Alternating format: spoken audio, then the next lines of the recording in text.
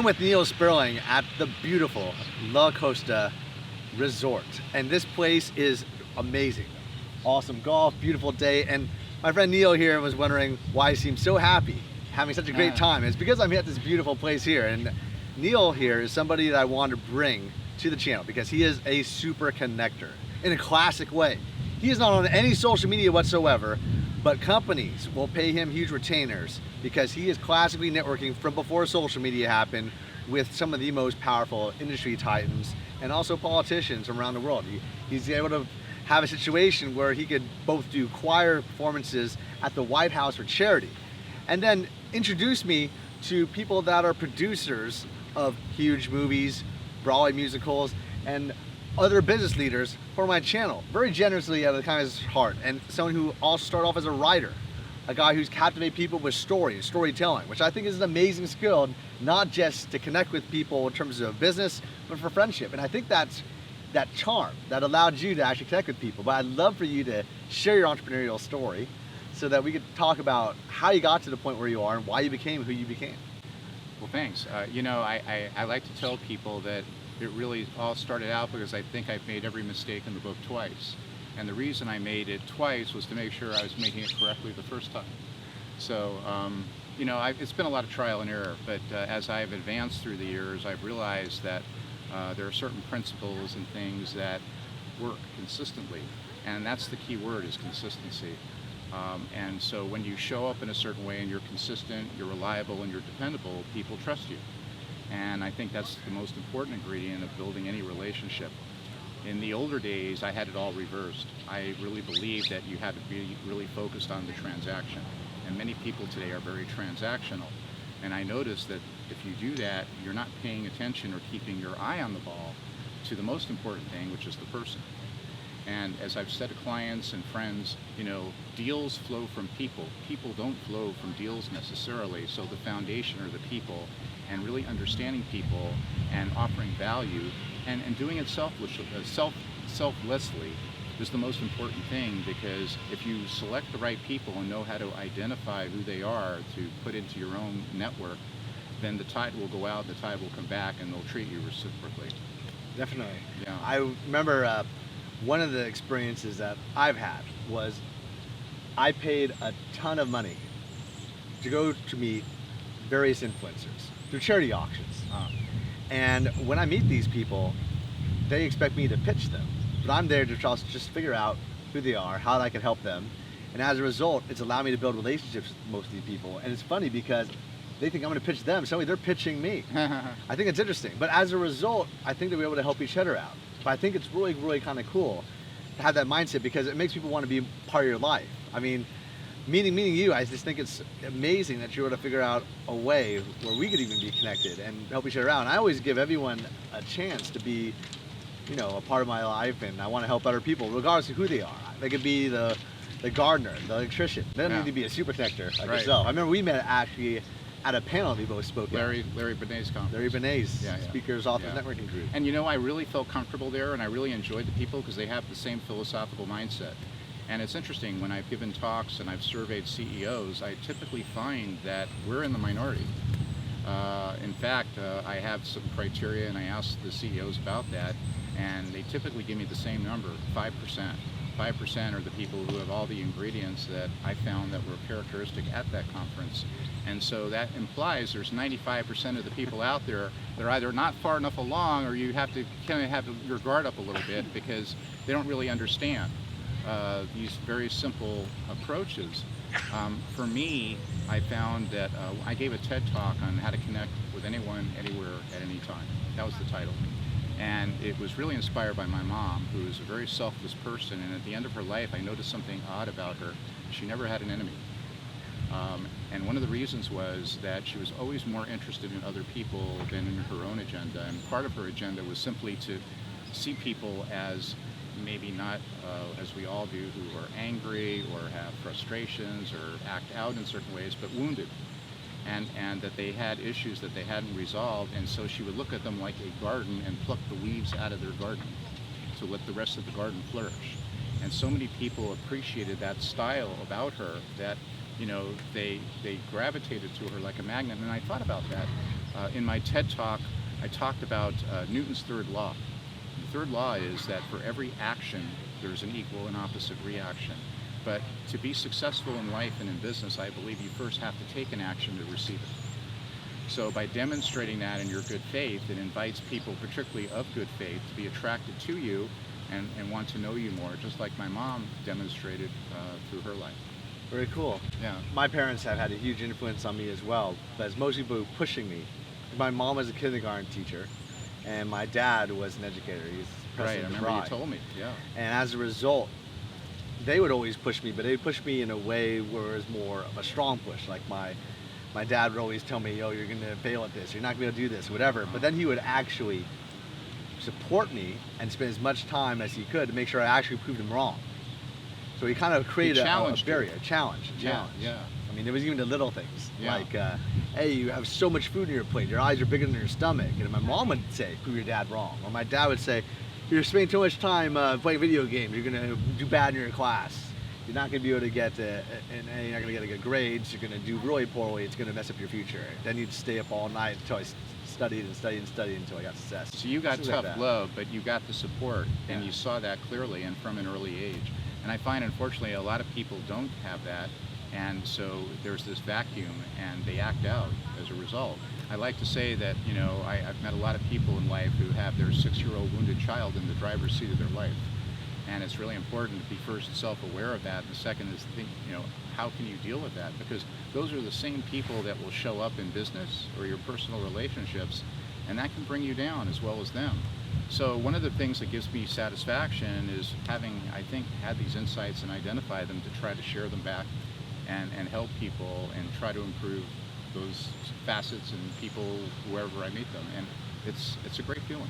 One of the interesting things about you is that you love and you have a passion for connecting people that are really powerful with each other, and you're able to do that from the standpoint of being kind of the behind the scenes kind of guy from scratch. A lot of these people, most people you network with, you know, that you're connecting with people, it's kind of like people, you'll make a first impression and you'll build this network, connect people to all these other networks. Now, it's easy to do that when you have that social capital and power. A lot of people though are wondering, how do they get to that point? How they build the building blocks and miss those missing puzzle pieces? It's a really interesting question. You know, I think I've done what I do all my life, and eventually I've improved at doing it, but you have to come from a place of authenticity, and you have to have a genuine joy for creating value in people's lives. And if you're dealing with genuine people who are authentic, that's part of that 5%, and there are ways to identify them, by the way, then I think they'll be reciprocal. And so it's really about building the relationship first, and not thinking about the agenda first. And as you build that relationship, people naturally want to respond. And if it's organic and it's meant to be, I have amazing deals that come to me every day when I just wake up in the morning. I don't know what my next adventure will be, but I don't advertise, I don't market myself. I'm not on any social media. I know how to use it very well, but I really appreciate the people in my own private network who will call and say, you know, Neal, you should talk to this person, or Neal, you know, this person, I'm going to refer him to you, and I don't ask for it. And I think the secret really is just about that. It's just peeling off the layers of, there's a lot of people out there who study NLP, tactics, strategy, manipulation, sales, and I actually encourage people to unlearn all that. Because if you're just an authentic person and your motives are perceived to be and actually sincere, people gravitate toward you and they want to be in your orbit. And, you know, like attracts like. So it's just a great experience. When you talk about connecting among this 5%, I think that we need to define what that is to you. Sure. So I like to tell my friends I spend 3 days thinking about the obvious, because many of us are working at lightning speed and we don't take time to slow down and think about the ingredients that make different facets of our relationships, our business.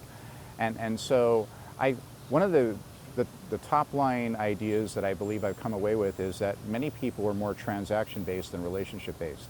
They're looking at their agendas, what they want to accomplish, you know, the bottom line, and they're missing the more obvious underpinnings, which is the relationship.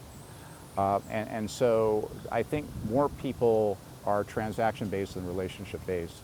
And when you kind of flip that in your mind and you're not thinking about you or the me, but the we, things change in the dynamic because people aren't as on their guard. They're not, wondering, what are you going to hit me up with? And as a result, as they come to trust you, they actually do want to help you. Now, I'm curious, in terms of like how you view the world, because everyone's different, it's personal preference. When you're looking for people to network, are you focusing on networking with these kind of people that are relationship-based and transaction-based, or are you looking for people that just have a position where they could actually make a contribution and you want to build relationships with these people? It's another very interesting question, and if I were to think about it, as strange as this may sound, I follow my intuition a lot.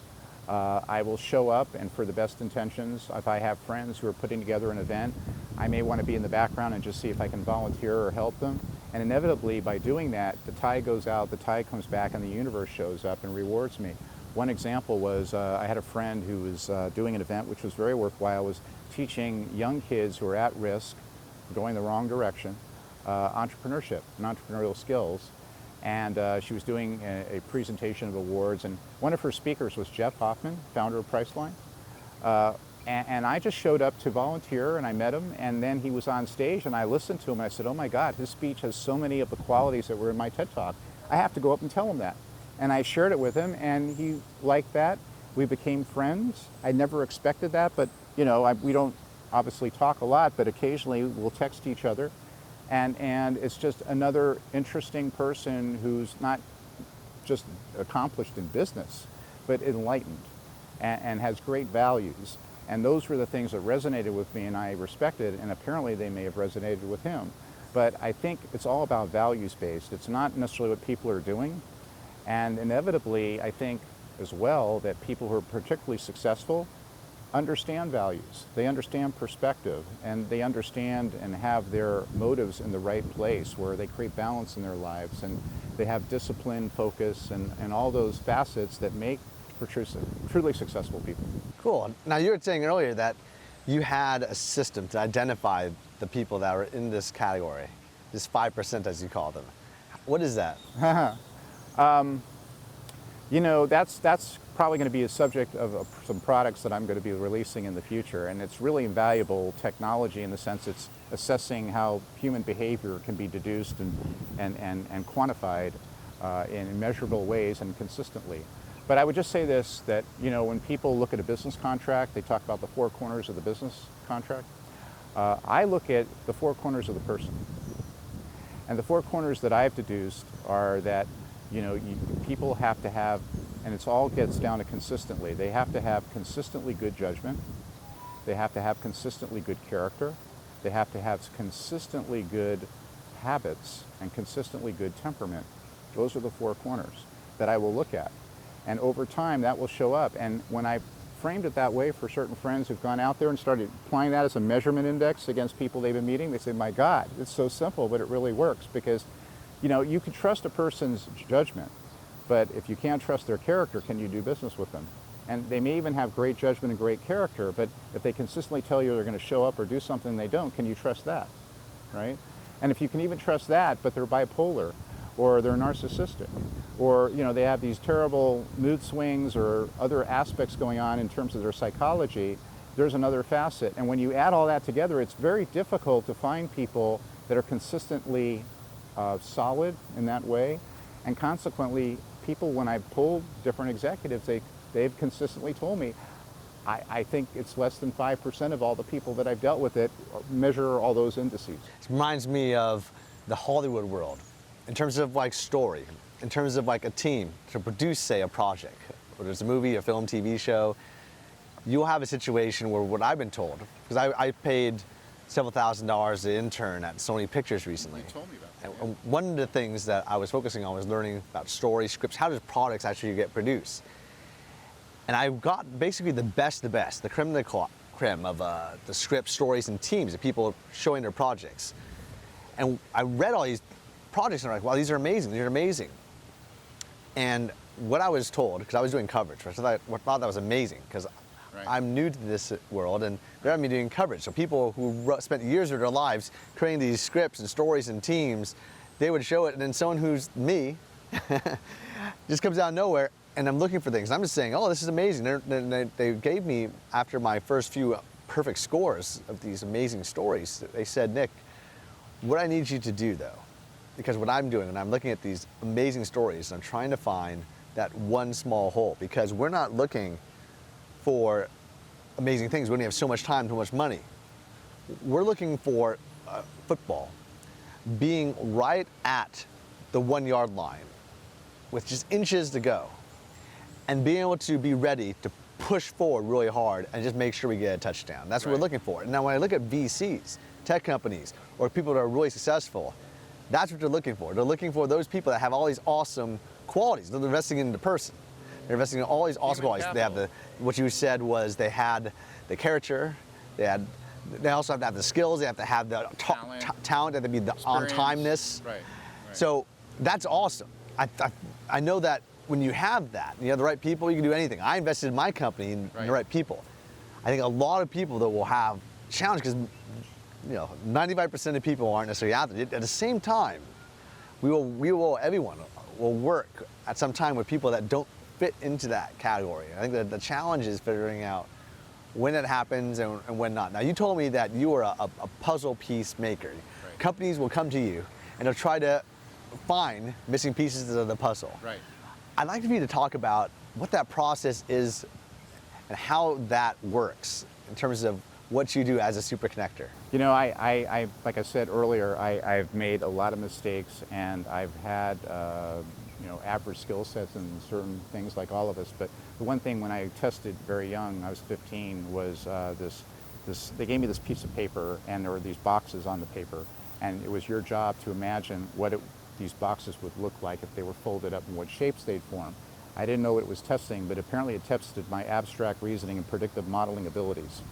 And in 15 minutes, I went check, check, check, check, check, check, and I got all the questions right. They came back and they said to me, there must be a mistake. And I said, why? And they said, well, you got all the questions right. No one's ever done that before. And I said, well, what do you want me to do? And they said, we'd like to test you again to make sure that we didn't make a mistake. So I said, okay. And I took the test again, check, check, check, check, and I got all the questions right. So that was my gift. But the sad thing was, for years, decades even, I didn't really know how to apply that. No one told me. But when I go in now with companies, I've been able to put a harness, a fence around that. And it's essentially looking at things and seeing how those puzzle pieces can fold up and most optimally fit together in a very three-dimensional way. And through that, also see a lot of the weak links that maybe other people missed. And I actually have a course now I'm developing on how to do that and think like that, because somebody said, Neal, you're very creative. Can you teach that to people? And it really is a function of creativity more than I think, or the creative part of the brain, than the analytical part of the brain. And I thought about that. And so, interestingly, Nick, I went in like I always do, and I was very focused, and I studied ingenious creative minds in history: Einstein, Edison, Steve Jobs, Tesla, Da Vinci, and why they were different and set apart. And I found that there were commonalities, and there were algorithms and path roads that they followed, and they started in different directions, but essentially they met in the same intersection. So that's actually something now I'm looking forward to sharing and teaching people, to understand how they were similar, how they were different, and how you can draw upon their ingeniousness and have them sitting on your shoulder for whatever problems you're facing. And I've tested it with a few people, and apparently it's working pretty well. Cool, I'm looking forward to seeing that program. How can people find that program? Well, it's not available yet. I'm still developing it, but interestingly enough, I'm going to be debuting facets of it up in Canada. I've been invited to speak. I'm so flattered. I don't really even have the product available yet, but I was invited to speak on stage alongside luminaries like John Gray and Jack Canfield up in Vancouver in August. So we'll find out together. I'm going to do kind of like a soft launch beta test of these processes and approaches, but eventually look forward to productizing. Let me know when you have it out there, and I'll put it in the description for the video so people can find you.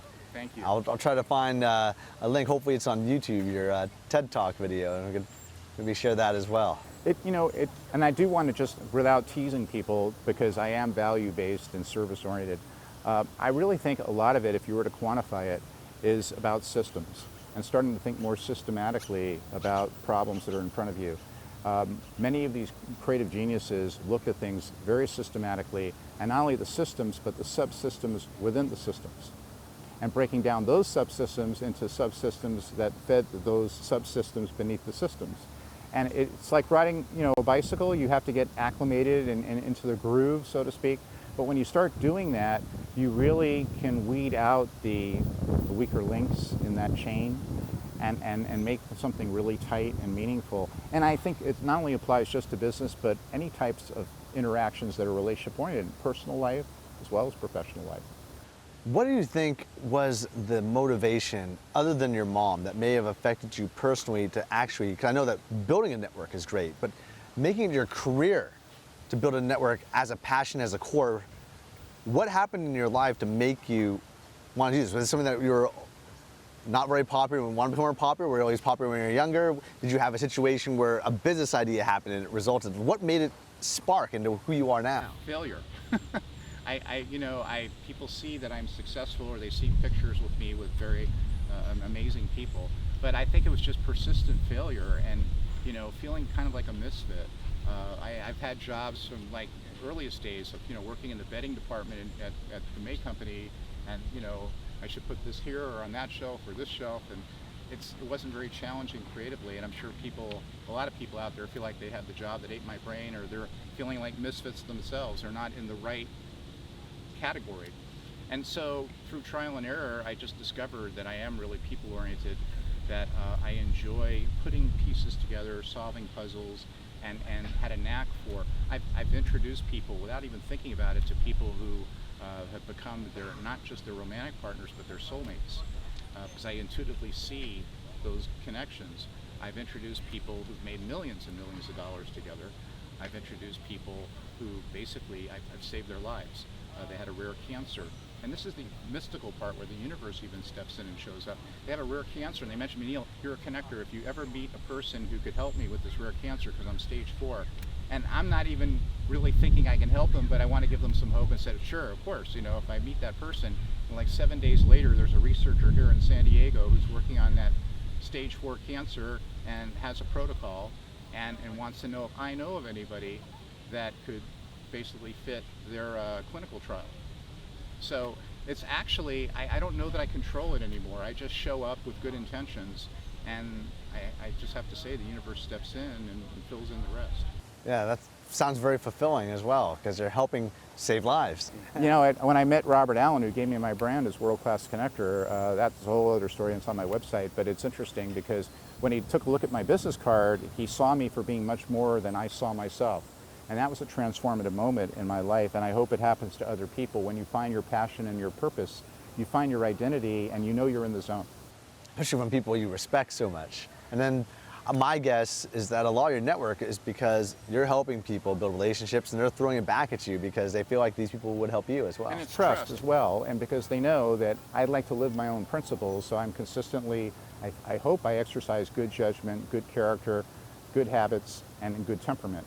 And but for example, with Robert Allen, he saw my business card. It said business and marketing consultant, and he said, well, you're much more than that. You're a connector, and I didn't even know what that was. I had to go home and look it up on the internet as I share with people, and then I realized, yeah, I identify with that. And it's interesting because the other aspect is, apparently, statistically, if I'm not wrong about this, 1 in 3,000 people is an authentic connector. But all I seem to connect with today are super connectors like yourself. I mean, you outshine me, believe me. You have great gifts in that area, and you wouldn't be practicing them if they didn't come naturally to you.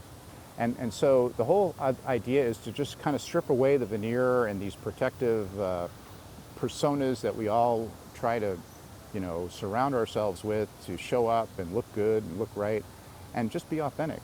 Well, I met with your friend Neal Sperling that you introduced me to earlier today. He's a fun guy. And we were talking about you, and we were talking about me in regards to how we both are connectors, super connectors.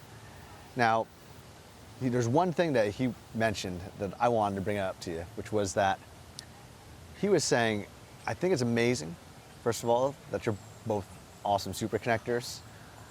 I just want to figure out a way where what you're doing as connectors, you could leverage it to make a big difference in society and the world.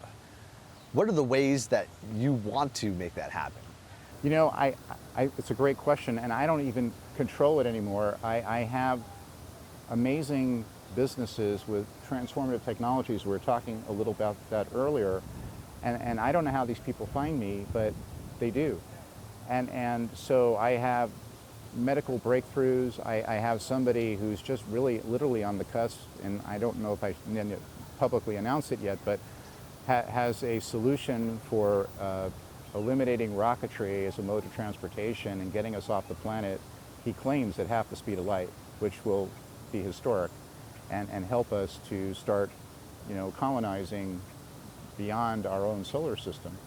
And I just brought it to a patent attorney, and I don't know why it came to me, because we were sitting opposite each other, and that was part of it. I had no agenda that day in this inventors meeting, but the patent attorney seems to believe that this is an authentic opportunity.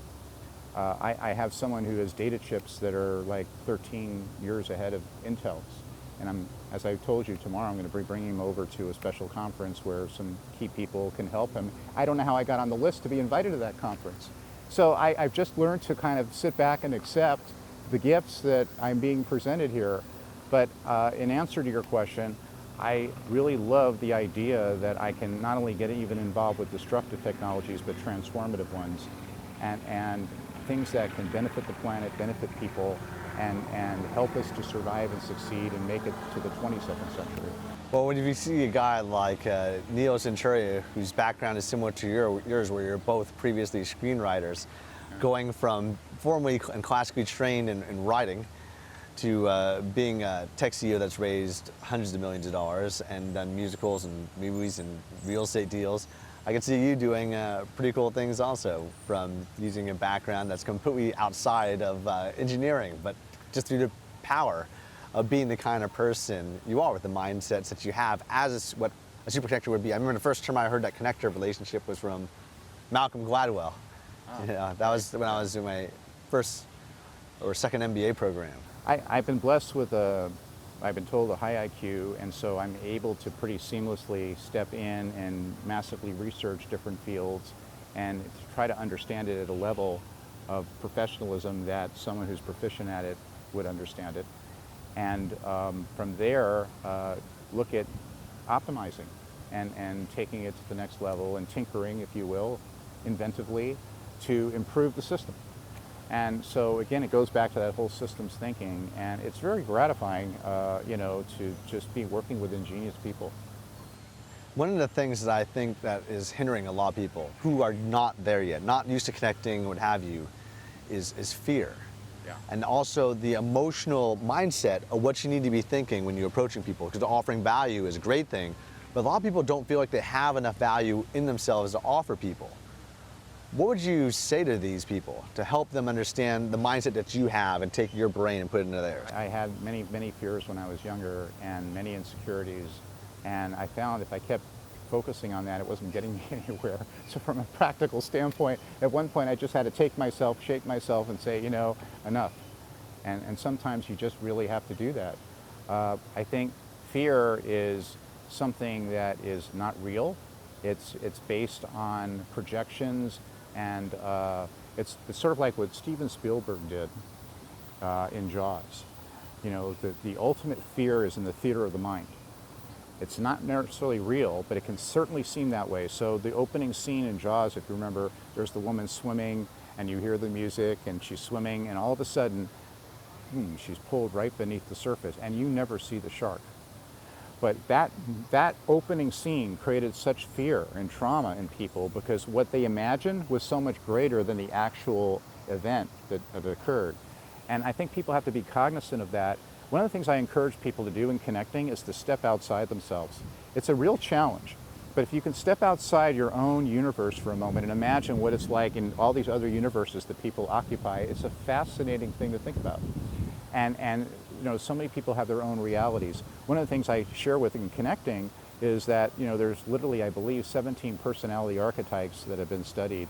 And to understand those archetypes also allows you to be a better communicator, to take the onus and focus off yourself and your insecurities, and start thinking about other people and how you can create value in their lives. And they will appreciate that because many people aren't willing or even aware to take that step, but willing to do that. And to be able to do that, you create an authentic connection and you're going to expand your universe. Yeah, that's great. Neal, thanks so much. This has been an awesome interview. I can't thank you enough. I really appreciate it. Cheers. Cheers.